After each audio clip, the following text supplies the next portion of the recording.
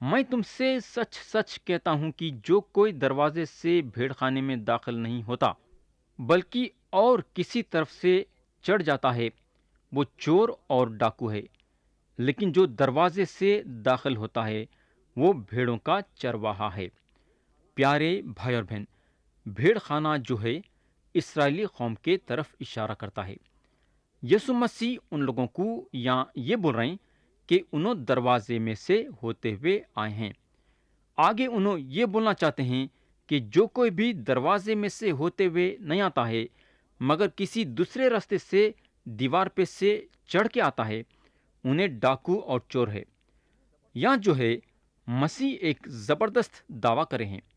انہوں دروازے میں سے ہوتے ہوئے آئے ہیں، انہوں قانونی طور سے اندر آئے ہیں، یعنی کہ ان کے بارے میں پرانا عہد نامہ میں جو پیشن گوئی کی گئی تھی وہ پیشن گوئی پوری ہو رہی ہے۔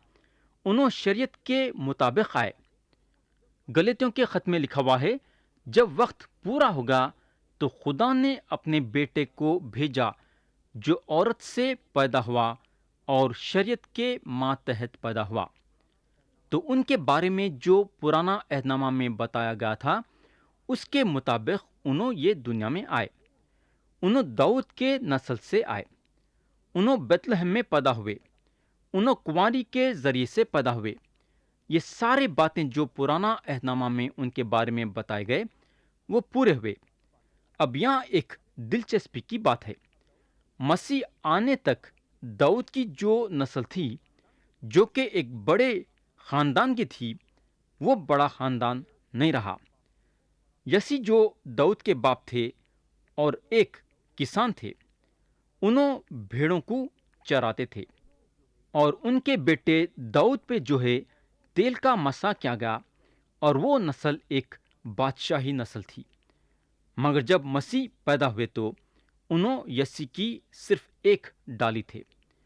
مسیح ایک بڑائی تھے اور ایک بڑائی کا پیشہ ان کا تھا۔ اب آپ سوچ سکتے کہ سارے پیشن گویاں جو مسیح کے بارے میں کی گئیں، سارے کے سارے پیشن گویاں اچھی طرح سے پورے ہوئے۔ مسیح جو ہیں مسیحا ہیں اور انہوں دروازے میں سے آئے۔ جو عہدہ مسیح کے پاس تھا کس کے پاس بھی نہیں تھا۔ کوئی دوسرا آدمی چور یا ڈاکو رہتا، اگر کوئی دوسرا بھیڑ خانے میں داخل ہوتا ہے انہیں چور یا ڈاکو رہیں گا۔ کئی کو بولے تو کسی کے پاس بھی وہ خطاب نہیں ہے جو خطاب مسیح کے پاس تھا۔ اگر کوئی بھیڑ خانے میں داخل ہوتا بھی ہے تو دروازے میں سے داخل نہیں ہوگا بلکہ دیوار پہ سے کود کے آئیں گا۔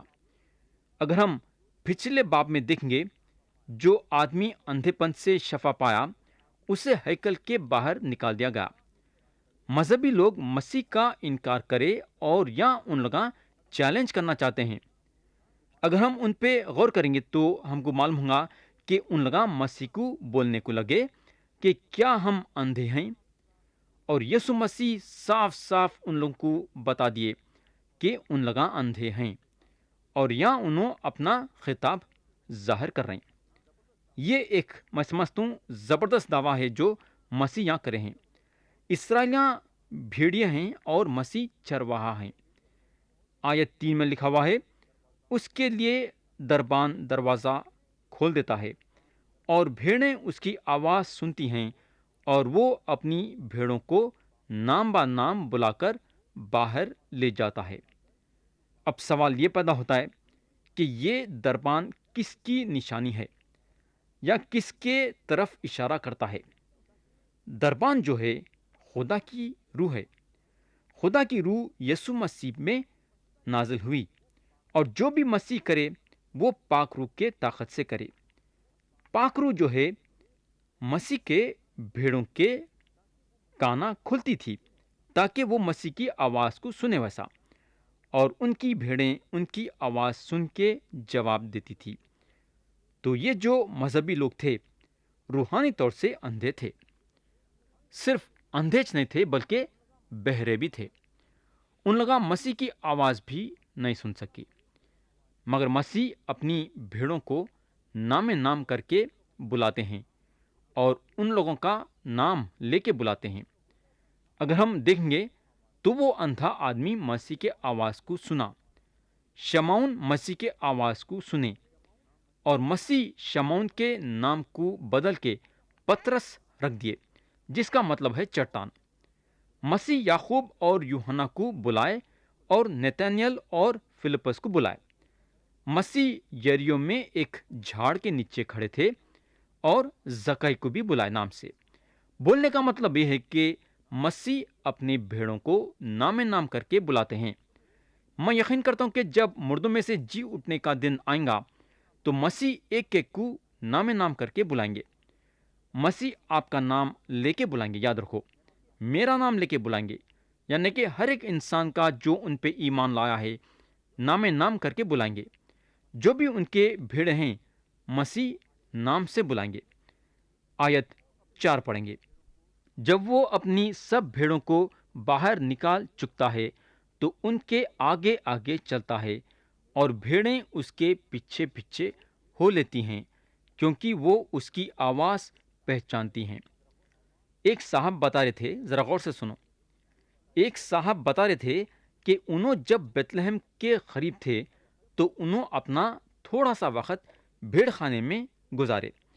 انہوں بتا رہے تھے کہ بھیڑ خانہ وہ جگہ ہے جہاں بھیڑوں کو بند کیا جاتا ہے، یعنی کہ چو طرف سے وہ بند رہتے ہیں۔ بھیڑیں جو ہیں رات میں وہ بھیڑ خانے میں رکھے جاتے ہیں، اور دربان کی ذمہ داری رہتی ہے وہ بھیڑوں کی حفاظت کرنے کے لیے، اور چرواہا اپنے بچھونے میں اپنی رات کاٹتا ہے۔ جب چرواہا صبح میں بھیڑ خانے کو آتا ہے، اس کے بھیڑیں دوسرے بھیڑوں کے ساتھ رہتی ہیں، اور کیونکہ اس کی بھیڑیں دوسرے بھیڑوں کے ساتھ رہتی ہیں تو ان کی شناخت کرنا مشکل ہو جاتا ہے۔ اگر وہ بھیڑوں پہ نشان رہے گا تو چرواہا پہچان سکے گا، مگر کیونکہ بھیڑوں پہ نشان نہیں ہے تو چرواہا کیسا پہچاننا؟ اس کا طریقہ یہ ہے کہ چرواہا ان کو نام نام کر کے بلاتا ہے۔ تو یہ صاحب بتا رہے تھے کہ بھیڑوں کو پہچاننے کی ضرورت نہیں ہے، ان کو ان کے چرواہے کی پہچان ہے۔ تو یا ہمارے خداوند بولتے ہیں بھیڑیں ان کے پیچھے پیچھے چلیں گی، کیونکہ ان کی بھیڑیں ان کے آواز کو پہچانتی ہیں۔ دنیا کے سب سے بڑی بات یہ ہے کہ جب ہم خدا کے کلام کو بانٹتے ہیں تو مسیح اپنے بھیڑوں کو بلا رہے ہیں۔ خدا کی روح دربان ہے جو دروازہ کھلتی ہے، اور بھیڑیں چرواہے کے آواز کو سنتی ہیں۔ ہمارے خداوند ان کے بھیڑوں کو وہاں سے نکال لیں گے جہاں خدا کا کلام صحیح ڈھنگ سے دیا نہیں جا رہا ہے، اور وہ بھیڑیں ان کے پیچھے چلیں گی۔ میرے بھائی، آپ خدا کے بھیڑوں کو بار بار بے وقوف نہیں بنا سکتے۔ یہ سچ ہے کہ تھوڑی دیر کے لیے بھیڑیں غلط تعلیم میں گھم جائیں گی، مگر بھیڑیں آگے چل کے اپنے چرواہے کے آواز کو سنیں گی۔ اگر ہم غور کریں گے، کئی پیغام دینے والے سچائی کے لیے کھڑنے کے لیے ڈرتے ہیں۔ جو بھی ہے، جب ایک آدمی خدا کا کلام دیتا ہے تو بھیڑیں خدا کے کلام کو سنیں گی۔ ہم یہ بات پہ بھروسہ کر سکتے ہیں کیونکہ ہمارے خداوند بولتے ہیں میری بھیڑیں میری آواز سنتی ہیں۔ آیت 5 میں لکھا ہوا ہے، مگر وہ غیر شخص کی پیچھے نہ جائیں گی بلکہ اس سے بھاگیں گی، کیونکہ غیروں کی آواز نہیں پہچانتی۔ تو میرے بھائی، یہ بات سے یقین کرتا ہوں کہ بعضی وقت آپ خدا کے لوگوں کو بے وقوف بنا سکتے، مگر ہر وقت نہیں بنا سکتے۔ خدا کی بھیڑیں یہ سوچیں گی کہ وہ خدا کے آواز کو سن رہی ہے، مگر آگے چل کے ان لوگوں کو یہ بات کا پتہ چلے گا کہ جو آواز ان لوگ سن رہے ہیں وہ خدا کی آواز نہیں ہے۔ اس کے بعد ان لوگ خدا کے کلام کی طرف رجوع ہوں گے، کیونکہ ان لوگ اپنے چرواہے کو پہچانتے ہیں۔ ایک صاحب بتا رہے تھے کہ انہوں خدا کی تعلیم گئے 40 برس سے دے رہے ہیں، اور انہوں یہ بات سیکھے کہ بار بار جب جب خدا کی بھیڑیں اس کی آواز سنتی ہیں تو وہ اس کے پیچھے پیچھے چلتی ہیں۔ اس کے بعد انہوں یہ بتا رہے تھے کہ ان کو اس بات کی فکر ہو رہی تھی کہ کئی لوگ ہیں جو پیغام نہیں سنتے ہیں، تو آخر کیوں نہیں سنتے ہیں اور کیوں سننا نہیں چاہتے ہیں؟ اس کے بعد یہ صاحب یہ بتانے کو لگے کہ ان کو یہ سب چیزوں کی فکر کرنے کی ضرورت نہیں ہے، کیونکہ وہ یہ بتا رہے تھے کہ اس لیے کئی لوگ خدا کے پیغام کو نہیں سنتے، کیونکہ یہ لوگ خدا کے بھیڑے نہیں ہیں۔ پیارے بھائی اور بہن، جہاں بھی ہم یہ دیکھتے ہیں کہ لوگوں کو خدا کے کلام کو سننے کی خواہش ہے، تو یہ بات جان لینا کہ یہ لوگ خدا کے بھیڑے ہیں۔ آیت 6 میں لکھا ہوا ہے، یسوع نے ان سے یہ تمثیل کہی، لیکن وہ نہ سمجھے کہ یہ کیا باتیں ہیں جو ہم سے کہتا ہے۔ پیارے بھائی بہن، اگر ہم متی کی انجیل باب 13 اور آیت 9 دیکھیں گے تو مسیح بولتے ہیں، جس کے کان ہوں وہ سن لے۔ میرے دوست، یہ پکی بات ہے کہ ہمارے کان ہیں، مگر ہمارے پاس سننے کی طاقت نہیں رہیں گی۔ یہ پکی بات ہے کہ لوگاں سنتے ہیں، مگر خدا کے کلام کی حیثیت سے نہیں سنتے ہیں، جو کہ سب سے ضروری بات ہے۔ میرے دوست، آپ کیسا سنتے ہیں؟ ذرا اپنے دل میں جھانک کے دیکھو۔ سننے میں بہت فرق پڑتا ہے۔ اگر آپ اپنا کان اور دل کھول کے سنیں گے تو آپ کو سنائی دیں گا۔ لوگ بات کو سنتے ہیں، مگر وہ بات دل میں اتارتے نہیں، جس کے وجہ سے کیا ہو جاتا بولے تو سنتے ہوئے بھی وہ سنتے نہیں ہیں۔ کتنی افسوس کی بات ہے۔ آیت 7 اور 8 میں لکھا ہوا ہے، پس یسوع نے ان سے پھر کہا، میں تم سے سچ سچ کہتا ہوں کہ بھیڑوں کا دروازہ میں ہوں۔ جتنے مجھ سے پہلے آئے سب چور اور ڈاکو ہیں، مگر بھیڑوں نے ان کی نہ سنی۔ تو یا مسیح اپنے بارے میں بولتے ہیں، بھیڑوں کا دروازہ میں ہوں۔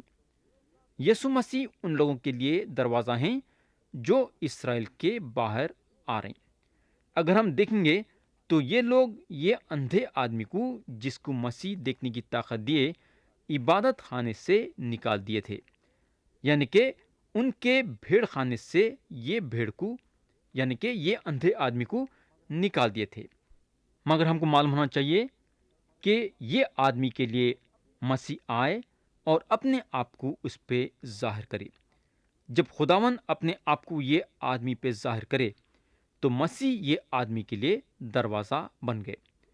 یہ آدمی کو بھیڑ خانے سے مسیح کے پاس لایا گیا، ان کے پیچھے پیچھے چلنے کے لیے۔ تو یہ دوسری سچائی ہے جو ہمارے خداوند یہ باب میں ہم کو بتاتے ہیں، اور یہ فائدہ ہمارے خداوند ہم کو یوحنا کی انجیل میں بتائیں گے، یعنی کہ انہوں بولتے ہیں، انگور کا حقیقی درخت میں ہوں، تم ڈالیاں ہو۔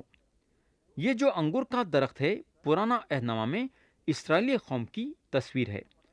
مسیح کا بولنے کا مطلب یہ ہے کہ اسرائیلی قوم سے ان کا تعلق نہیں ہے، بلکہ ان کے ساتھ جو رشتہ قائم کرتے ہیں اس کے ساتھ ان کا تعلق ہے، یعنی کہ ڈالی جو ہے درخت کے ساتھ جڑتی ہے۔ لوگاں جو ہے مذہب سے باہر آنا، اپنے طور طریقے سے باہر آنا اور ان کے ساتھ ذاتی طور سے رشتہ قائم کرنا، انہوں بولتے ہیں انہوں دروازہ ہیں۔ یاد رکھو کہ انہوں مذہبی لوگوں سے بات کر رہے ہیں، مگر ہم کو معلوم ہونا چاہیے کہ ان میں سے تھوڑے لوگاں ان کے مردوں میں سے جی اٹھنے کے بعد ان پہ ایمان لائے۔ آیت 9 اور 10 میں لکھا ہوا ہے، دروازہ میں ہوں، اگر کوئی مجھ سے داخل ہو تو نجات پائے گا اور اندر باہر آیا جایا کرے گا اور چارہ پائے گا۔ چور نہیں آتا مگر چرانے اور مار ڈالنے اور ہلاک کرنے کو، میں اس لیے آیا کہ وہ زندگی پائیں اور کثرت سے پائیں۔ میرے بھائی، ہم کو معلوم ہونا چاہیے کہ یسوع مسیح راستہ ہیں۔ انہوں آپ کے لیے راستہ ہیں اور میرے لیے بھی راستہ ہیں۔ انہوں یہ زمین پہ آئے ہم کو کثرت سے زندگی دینے کے لیے۔ چور آتا ہے چرانے کے لیے، قتل کر ڈالنے کے لیے اور برباد کر ڈالنے کے لیے۔ آیت 11 سے 13 میں لکھا ہوا ہے، اچھا چرواہا میں ہوں۔ اچھا چرواہا بھیڑوں کے لیے اپنی جان دیتا ہے۔ مزدور جو نہ چرواہا ہے